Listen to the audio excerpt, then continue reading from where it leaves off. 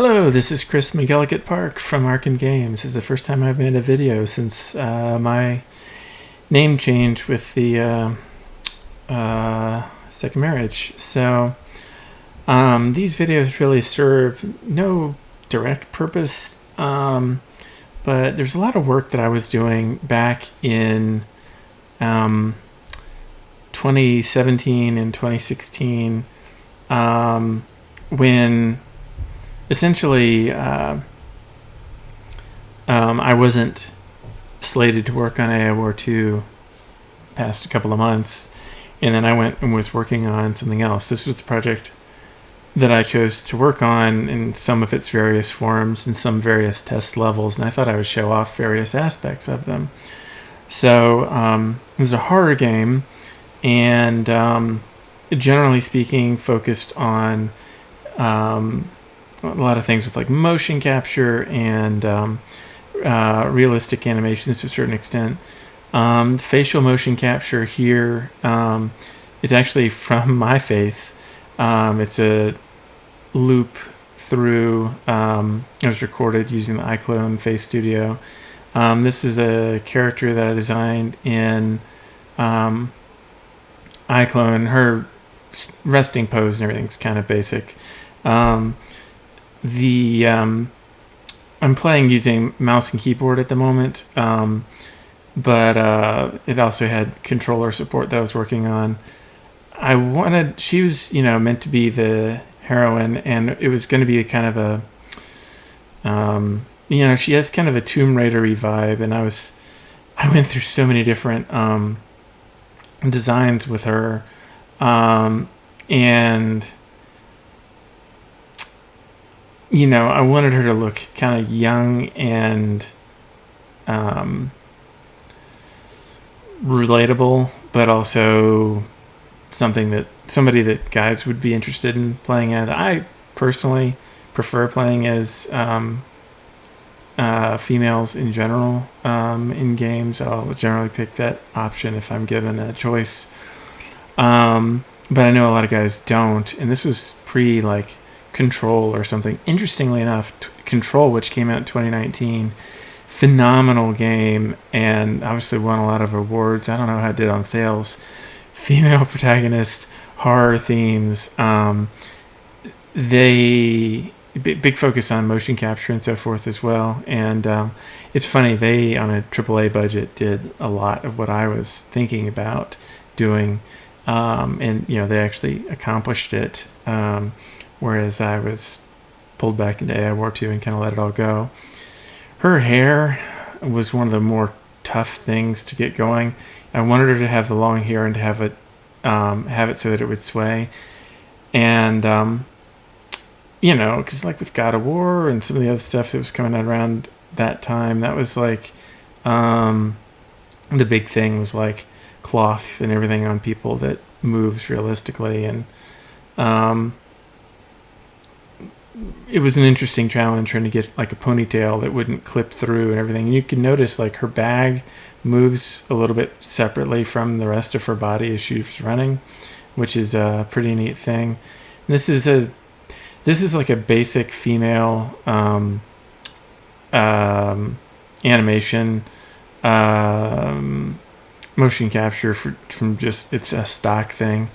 I have a motion capture suit that'll get everything except for the head. I think I can't get fingers with that. I can get fingers as well, actually, but not with enough precision for like first person view stuff. So I was experimenting a lot with close-up hand capture using like the Microsoft Kinect and the Leap and some other things like that.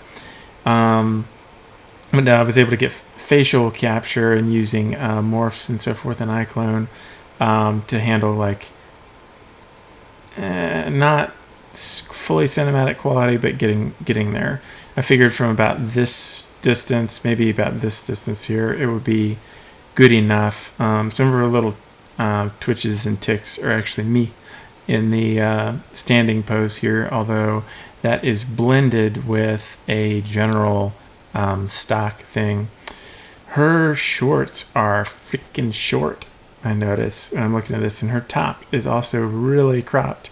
There were not a lot of clothing options in iClone. It was not as much as like Daz or Poser, but this is where I could get polygon counts that were low enough. So I really had to work with what I could find, and it wound up being like more sexualized than I would really prefer.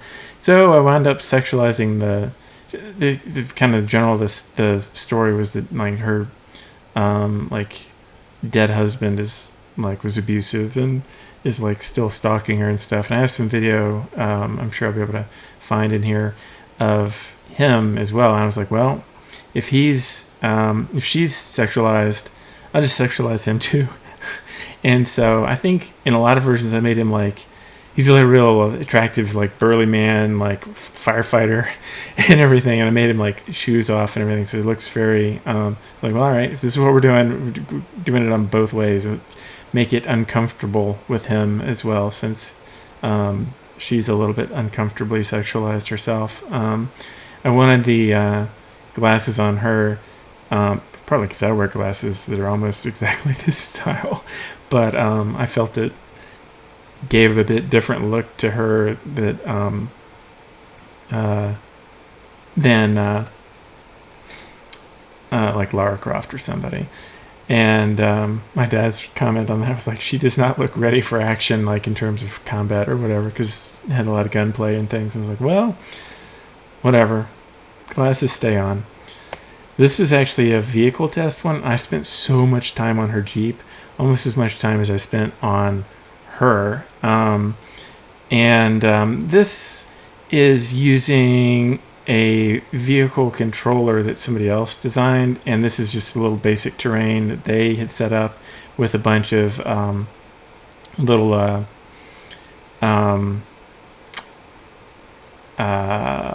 obstacle course things here too, and it was to test their wheel controllers. And the actual I could have sworn, well, I guess I changed it around a couple of times. Right now you're only able to get a view of the back of the Jeep. It used to be a system which I've been noticing in Watch Dogs, is there Watch Dogs 2 rather, where you can turn the camera around and freely. This was actually easier to drive, and so letting my son drive it around some. You can see, yeah, she clips through there. But you can see her hair moving with gravity there and in the wind. What you can't see is her hands on the steering. Oh, now you can see her hands turn the steering wheel, which I'm really pleased on. I did not finish getting to the point where her feet would actually move on the gas pedal and brakes. And it's funny because back in 2017, I was getting kind of stuck on details like that. And I look at certain things like the latest Star Wars game, like the Jedi Fallen Order and stuff, and I keep seeing these things where they skipped an animation where it's like, okay, you guys had like a multi-million dollar budget, and God knows how many VFX artists and animators and so on, and you skipped animating this or that for the sake of convenience. And so I look at those sort of things these days, and I'm like, okay, you know what? I could have skipped having her feet move from the accelerator to the brake and that sort of thing. And you know, the little speedometer in there and everything actually works. You can't see that in this view, but and then it turns off. And I actually had gutted this Jeep and made this really custom thing with all these wires in here. And these lights and everything on the front turn on. You can't see any of that right now with the way that I locked the camera behind there. It went kind of Mario Kart-ish, which I wish... I don't know if I have an older version or not, but you know, she's got all these medical things and like a gurney, and I was going to have it so she could like have people strapped down that she was like rescuing or whatnot later. Here I went... you know, marrying a physician later, but you know, I was quote unquote happily married to someone else way back then. It was 3 years ago, and the things on my mind were horror and spousal abuse. So, you know, think of that what you will, I suppose. Let's see what else I've got in here in testing. Right, so this is kind of a scene that I commonly used for testing inverse kinematics on the feet, which I did not have active in the other scene, I don't think. This was something that I was using a lot when I was making the Raptor game, this particular scene. And, you know, I don't have IK turned on at the moment, apparently, because her feet are just floating in the air there. But I was using the physics to try and... Oh, she can't jump either in this, so... I was using this for some various purposes, but then I guess she does have a... Yeah, it's real weak-ass fall animation. I went through so many different versions, so this is not one that was worth anything. This is another scene. This is one where I was experimenting with a scene, and I was moving into first person. So she's over here in T-pose, and I was going to use her mostly for cutscenes, I think, but I was also going to use it so when you look down, you'd see, you know, her legs, or when you were moving around, you'd see her arms, and if you went in front of a mirror, you'd see her in general. And that was going to be kind of double work, but this was just kind of this surreal scene where I was starting to work with some basic... I wanted this... I don't remember. I had sketched out some stuff in my mind a little bit, and I had painted these body bags in Substance Painter, and you could kind of crouch down and look around them, but they... she's going to start out like near these body bags, and I had these waterfalls coming in, these kind of... These are, you know, obviously unpainted urinals, but then I had painted these rocks, and was going to have all this kind of like metal debris and stuff, and something about these sort of pylons, these like electrical pylons, absolutely freaking fascinates me. And so I was doing this sky and was going to set it up so that you went like under these pylons. Probably if I jump off here, I just fall. Yep. Oh, you know, it's a death effect, but you know. And I was working on this radio. I played Firewatch kind of recently, and I wanted to have a radio like that for talking to other people, probably because of Firewatch. And, you know, so I'd built up these rocks here, but it's like way too high poly, and I was biting off more than I could chew, was trying to do 3D, first person and third person stuff. I was coming to quickly realize, and these are not even aligned with the ground, but they're not really supposed to be right now. This was just kind of a test working scene, but I thought it was fun to get a look at like the pylons and stuff that I was working with.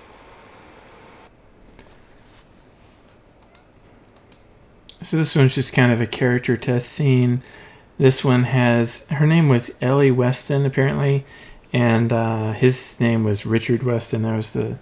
This was a version of him. I put a bunch of holes in his shirt on purpose so he looked really ragged, and I have somewhere or other an animation test of him running around and just looking absolutely terrifying.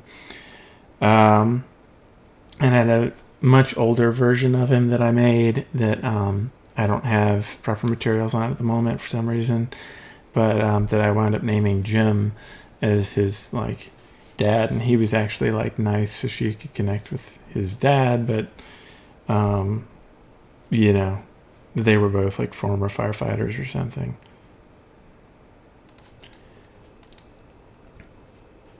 Here is a version where I went outright cell shaded apparently. I was experimenting with these kind of anime styles, and for whatever reason this is not actually letting me control it. Maybe I only had it mapped to gamepads or something like that, and I don't have one hooked up right now. But it's kind of an interesting view of things because I think the cell shading will still show in here. Yeah, it actually was a lot lower poly, and so I was doing a couple of different versions of her. One that was more for like close-ups and so forth, and another one which was lower poly to go in the vehicle. That's the scene view there.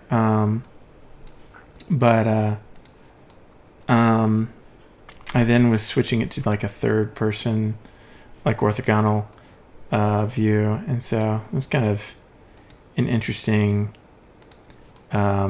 experiment, essentially. The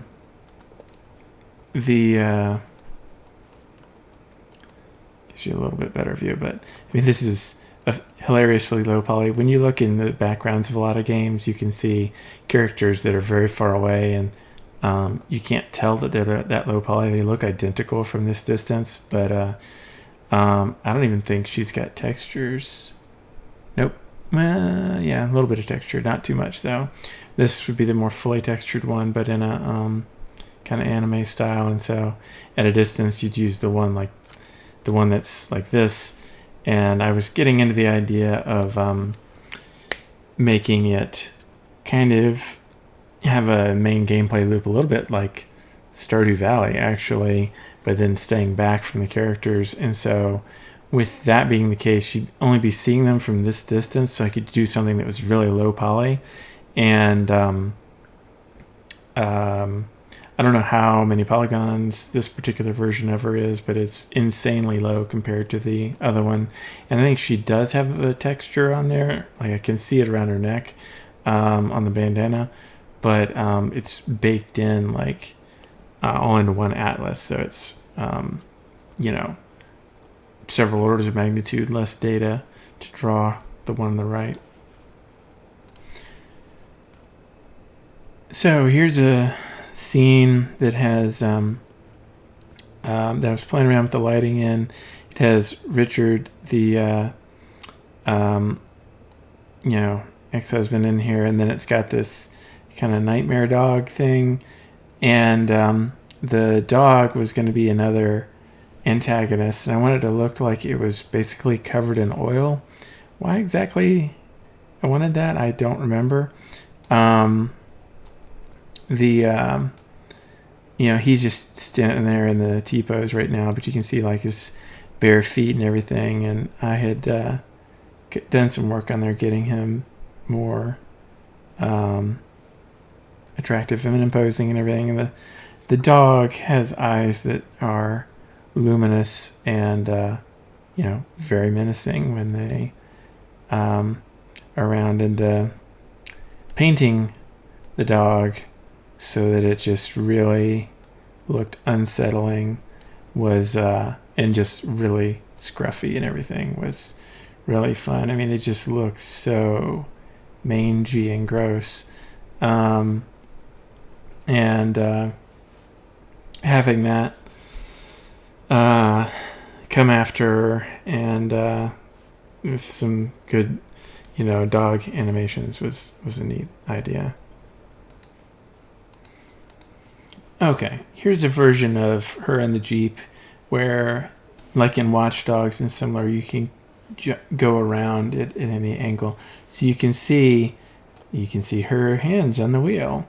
Nice little inverse kinematics there. You can see her hair blowing in the wind. You can see from up top and everything. And obviously she's not really shaking around much when the car bumps down or anything. She's just like do. Yeah. Maybe I didn't actually get the... Oh, yeah, you know what? I made it so that the speedometer and everything would be animated, but I didn't actually put the animation for that on there. The smoothness of the following does make it so you don't really feel the violence of the car in the same way that you would. So something kind of in between the other two approaches is something that would have been more ideal. And there's a lot of aspects of this which I look at this point and kind of cringe, but this was, pre-prototype. I mean, it was a prototype. I mean, it was a pre-production, work in progress tech demo showing off, what I could maybe get done with graphics and what I could get done with code, the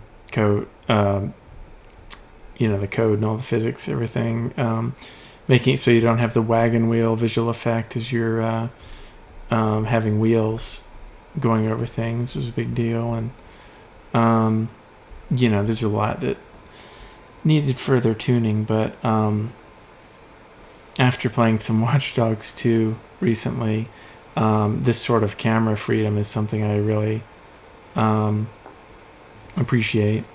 Yeah, you could push the F button, you could turn on the overhead lights, and I guess actually, the actual front lamps in general on the car, which was kind of cool. It was fun to make that. But so that was it for the vehicle, really. All right, let's take a look at another version that for some reason, I haven't looked at this in years, and so visually this looks the way that it should, but for some reason I'm not able to pick up weapons properly. There's missing texture on that one. I can't actually switch to weapons and use them. There's no jump, but apparently that was intentional. And I can pick up things like the pistol and the heavy pistol, but for some reason I can't fire them. I already have the heavy pistol. For some reason I can pick up ammo clips. It's fun how they're floating in the air, and you can kind of you could shoot them and you could knock them around. There's this big statue of the weeping angel thing that I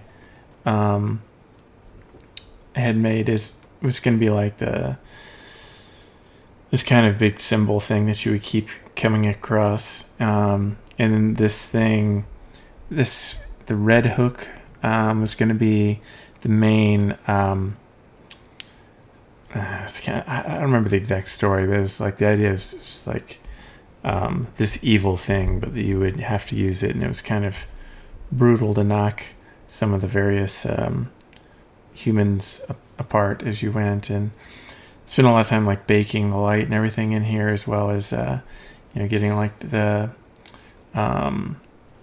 the light raised and the other physical aspects of it here. At one point you were able to jump around, but then I guess I took that out because it was too easy to get away from them. They all wear different randomized masks and walk around different these are AI controlled agents that are wandering around using different animations at random, and then ones that are stuck in place doing different things. The idea was that they were just these kind of purgatory-like beings, and then there's these sort of effects over here with these. There's these blood tendrils and these ones that are also lit up more, and I really spent a lot of time on the lighting. The grass here is actually a lot simpler than in some games. I spent a lot of time working on the grass, getting this artificial wind going inside there. This is kind of a somewhat basic setup in some ways, but I wanted to have it be something that you could have the dimensions on it shift which way is up, and you'd be running along the walls or the floors and the ceiling, and it still makes some sort of visual sense. So I did that. There's a system by which you can shoot the masks off of ones that are evil, and they change colors as they get more damaged as well, and they break apart into pieces.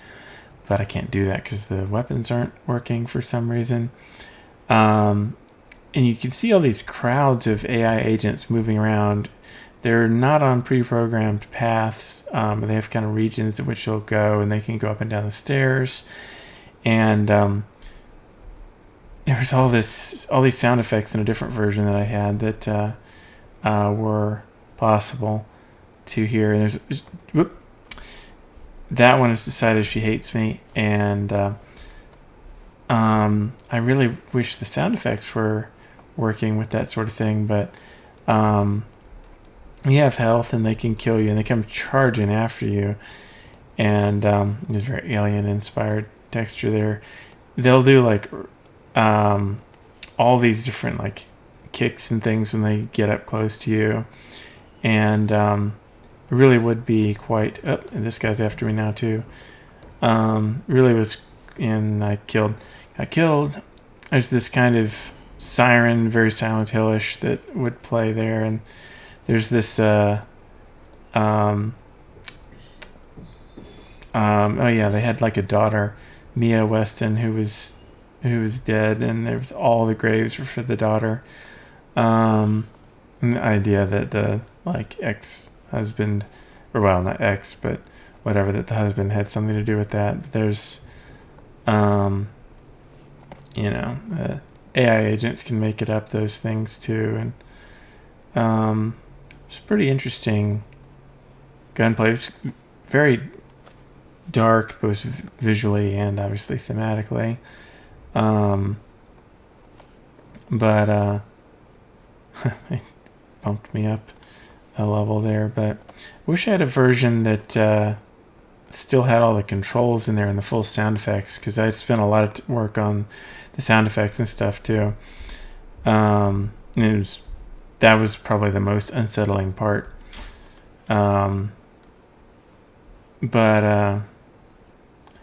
even things like getting the glass and everything in these structures that I made to be efficient enough with hardware that could run it was important. This visual effect happens when you run over like the various roots, which are all toxic. So when you touch them, you get that kind of rainbow effect. But yeah.